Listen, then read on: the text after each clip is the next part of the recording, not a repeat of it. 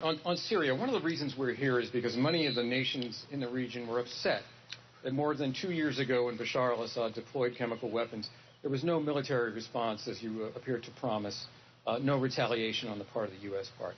Now there's a possibility that Assad has once again used chemical weapons. What did you tell these leaders here who were disappointed last time, and will you use a military response if it's confirmed that he used chemical weapons again, once again deployed them? And if I could ask a domestic question as well, sir. And this one is about environment and the drilling that's recently been approved in the Arctic. This nation, the United States, is now a net exporter for the first time in years of fossil fuels, partly due to fracking, something that environmentalists have objected to, something that you regard as an all-of-the-above energy strategy. But the oil company Shell has had a very mixed record of drilling in that region. Many environmentalists look at this and say, is it really worth the risk to drill in such a delicate ecosystem? Thank you. Well, first of all, Michael, I don't know why you're here, but the reason I'm here is not because of what happened in Syria a couple of years ago. The reason I'm here is because we've got extraordinary challenges throughout the region. Not just in Syria, but in Iraq, in Yemen, in Libya, and obviously the development of ISIL, and our interest in making sure that we don't have a nuclear weapon in Iran. With respect to Syria,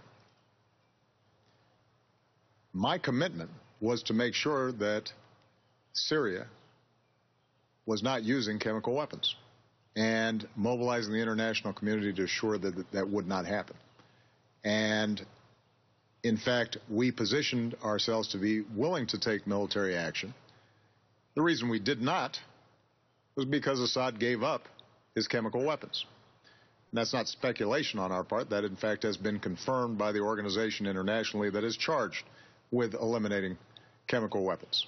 And I don't think that there are a lot of folks in the region who are disappointed that Assad is no longer in possession of one of the biggest stockpiles of chemical weapons of any country on earth. Those have been eliminated.